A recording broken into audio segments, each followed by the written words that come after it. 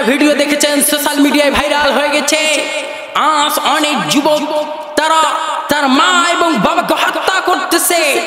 এই যে আপনারা বগুড়ায় ধূপচেচিয়ায় একজন যুবক তার মাকে হত্যা করেছে।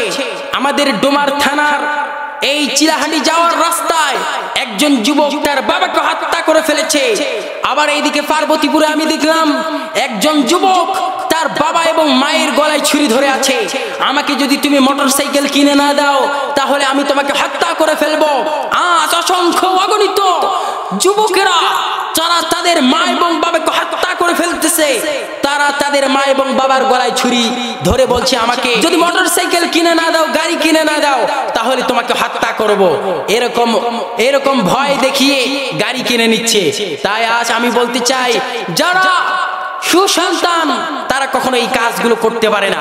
সুসন্তান আজকে না হওয়ার কারণে তাদের মা বাবার গলায় ছুরি ধরতে পারে, মাকে হত্যা করতে পারে, বাবাকে হত্যা করতে পারে। আমি বলতে চাই সুসন্তানের কাজ কখনো এগুলো হতে পারে না। তারা করে যাদের জন্মের গতভাবে সমস্যা আছে, তারা পর্যন্ত এই কাজগুলো করতে পারে। তাই এজন্য বলি, আদর্শওয়ালা ছেলে, আদর্শওয়ালা যুবক, আদর্শওয়ালা সন্তানেরা কখনো পিতা মাতার গলায় ছুরি ধরতে পারে না, ঠিক কিনা? আদর্শওয়ালা সন্তান যদি বানাতে চাও, সন্তান যখন গর্ভে আসে, আমার মায়েদেরকে বলি সেই সময় কোরআন তেলাওয়াত করো, নামাজ কায়েম করো, রোজা রাখো, আল্লাহকে বেশি বেশি করে ডাকো, আল্লাহর পথে চলে আসো এবং কি তোমার যে দায়িত্ব সঠিকভাবে পালন করো। আল্লাহর কাছে বেশি করে দোয়া করতে হবে। ইব্রাহিম আলাইহিস সালামের সন্তান ছিল না, আল্লাহর কাছে দোয়া করেছিলেন, রব্বি হাবলি মিনাস সালিহিন ফাবাশশারনাহু বিগুলামিন হালিম। নেককার সন্তানের জন্য দোয়া করেছিলেন। আমাদেরকেও নেককার সন্তানের জন্য দোয়া করার দরকার আছে না নাই? নেককার সন্তান যদি পেতে চাও, আদর্শওয়ালা সন্তান যদি বানাতে চাও, জন্ম যখন হবে, জন্মের পরে ডান কানে আজান, বাম কানে ইকামত দিয়ে দিতে হবে। 2 নম্বর হলো, তাকে আদর্শওয়ালা যদি সন্তান বানাতে চাও, নিজেদেরকে আগে পরিবর্তন হতে হবে। তুমি যদি নামাজি হও, তোমার সন্তানটাও নামাজি হবে। তুমি যদি কোরআন পড়নেওয়ালা হও, তোমার সন্তানটাও কোরআন পড়নেওয়ালা হবে।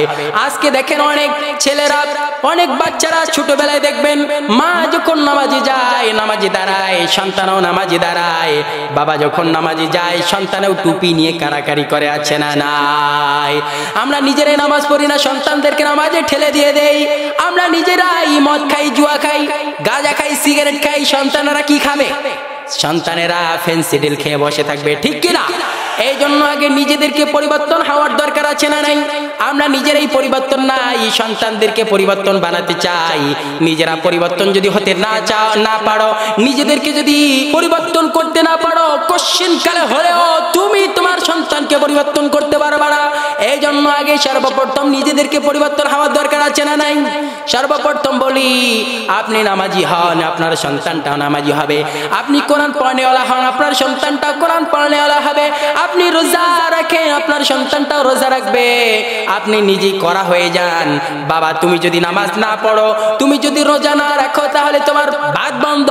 তুমি যদি এশার নামাজের সময় হয়ে গেছে, বাড়ির মধ্যেই ঢুকে যাও, এশার নামাজ পড়ে বাড়ির ভিতরে প্রবেশ করে যাও, খবরদার বাইরে থাকতে পারবে না।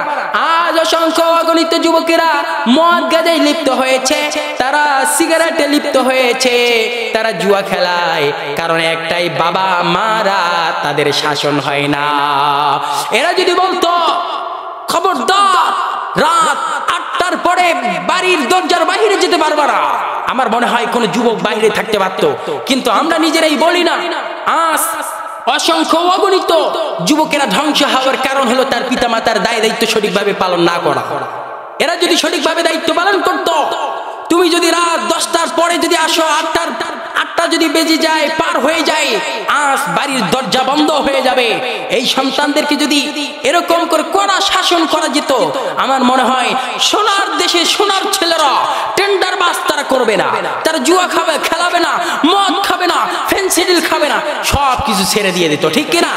কিন্তু আমরা নিজেরাই নাই, ঠিক আমরা নিজেরাই মদ জুয়ায় লিপ্ত, নিজেরাই নামাজ পড়ি না, রোজা রাখি না, নিজেরাই সরল সঠিক পথের রাস্তা খুঁজি না, সন্তানদেরকে খোঁজাই, সন্তানদেরকে ঠেলে দেই। আগে নিজেই আল্লাহর রাস্তায় বেরিয়ে পড়েন, আল্লাহর রাস্তায় বেরিয়ে পড়েন, আল্লাহর কাছে সিজদানত হয়ে যান, আল্লাহর কাছে দোয়া করেন, দেখবেন আপনার সন্তানটাও নামাজিওয়ালা হয়ে যাবে। নেককার সন্তান যদি বানাতে চাও, সন্তানদেরকে মসজিদে নিয়ে আসো।